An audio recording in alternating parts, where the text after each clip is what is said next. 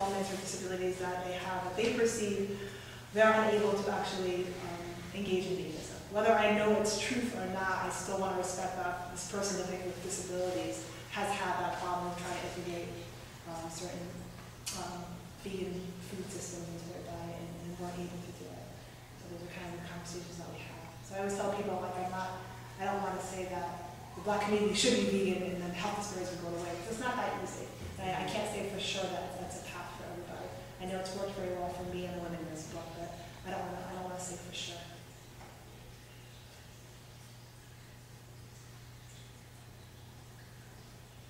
One more? Yeah, actually, like, your question was really interesting to me because it made me think about how much we need the status in a lot of ways, or the ability to body the status. And so, you know, I mean, I don't know, like, just thinking about like how we talk about veganism, vegetarianism, and food politics and class in relation to like that idea. Because I know, like, you know, from my family's background, like, definitely like the ability to be able to afford to buy meat, you know, is something that makes, you know, a lot of people think veganism is just like crazy and like what, like, you know, and also associated with like, you know, a certain white lifestyle choice. But the other thing that I wanted to say goes back to your previous question about going to farm sanctuary, and also your question about how like audience perception, because about 10 years ago, I actually was friends with someone who you may actually be seeing at the Farm Sanctuary talk. I don't know if she's still affiliated with him or not, but we had a big falling out, and it was very much around like these questions of whiteness and acknowledging white privilege and the discomfort around like my getting to a place where I felt like if we were really going to be friends, that I didn't want to toe around certain hard discussions. And I think this also gets back to the previous, or one of the previous things you said during the book reading about the synonymization of chattel slavery with the suffering of non-human animals in factory farming, and the reasons why that would be really offensive to a lot of people of African export heritage. And so, you know, and like listening to you talk about the ways in which the farm sanctuary person was kind of questioning whether or not you could really forward around this, you know, whole issue of whiteness and normativity. I don't know that I have like a well-formed thought necessarily, but I think for me that I'm sort of at a place in my life, and this also goes back to why I asked the question about what different politics is there in saying like, or referring to people as Black identified or white identified, and making the concept of racial identity something just about choice, and what politics comes out of saying, well, you can have your choice of how you identify, but then there's also the reality of interpolation of how other people understand you, and thinking of race as something that's scripted and imposed. And so, you know, I think that for me, like, certain conversations, you know, at a place like Farm Sanctuary are kind of foreclosed if you just focus on allowing people to self-identify with race, because I think that allows for people to be in that like post-racial space that you were talking about, you know, and to like just keep like going around the merry-go-round of like, but I don't see color, but you know, I don't think of myself as fill in the blank, but I didn't have anything to do with that historic oppression, you know, and it kind of allows like processes of structural domination or like, you know, historically sedimented practices, like the legacies of things that happen, whether or not we individually like choose for them to be a certain way, to kind of get pushed to the side. And so, and I understand that those conversations are precisely the ones that are often the ones that make people really uncomfortable and really squirm. So, I don't know what I really just said, but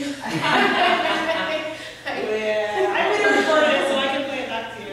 Oh my God, okay. More vacation. But yeah, I think for me on some level, not that I want you to feel unsafe, but I kind of feel like maybe certain things need to be pushed. You know, like if you're gonna affect certain kinds of change, like I think meeting people where they're comfortable is good, but maybe not enough.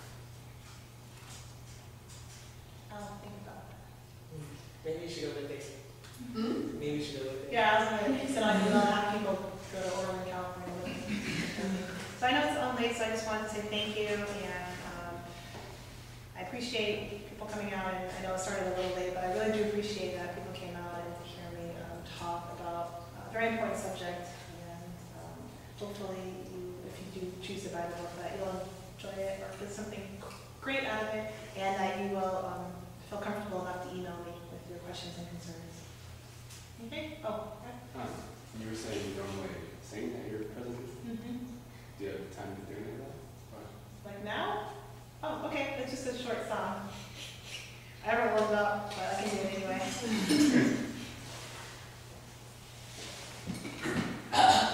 After I passed my exams, I asked my committee if I could sing. That was pretty cool. So it's just a song that's just oriented around social justice. So the first one is a snippet from Sweet Honey in the Rock. They got it from another indigenous tribe. I don't remember which one, I apologize. But it's called sorry. What's it called? I'll just sing it, okay? And then the second one is an excerpt from the Black Panther soundtrack, but it's about social justice and agency. And I have had a cold throughout the week, so I don't know how my voice will be, but I'm going to do it anyway.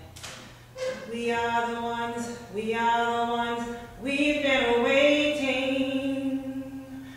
We are the ones, we are the ones, we've been waiting.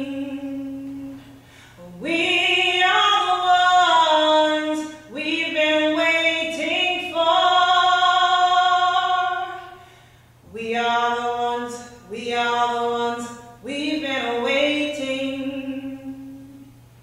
We are the ones, we are the ones we've been waiting. We are the ones we've been waiting for. We are the ones. We will not bow down to racism. We will not bow down to injustice. We will not bow down to exploitation. I'm gonna stand. I'm gonna stand. Those are the songs that are the mantra that kind of remind me that my work has purpose, and it's in this line of people that have come before me. I'm very much into singing what I believe in, but that doesn't kind of get you a PhD. At the University of California, Davis, so I reserve it for my talk. So thank you very much.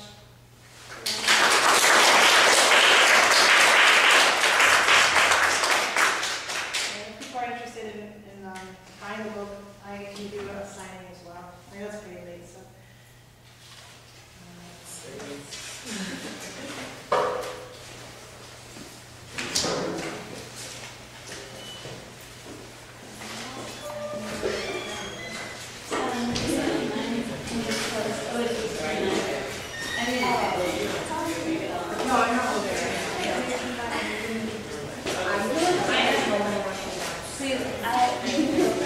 It seems to work better without even, I don't mind speaking in these kinds of things. I didn't feel the need to.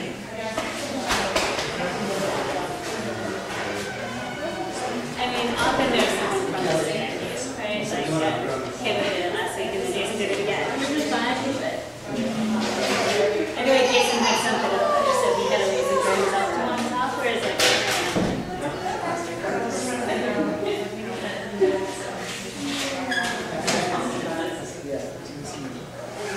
that would be really cool. Really the kind of dudes like whoever is to your smart people about that. Hopefully you're home safe. Let me just cut off my camera. Yeah, Oh, wow.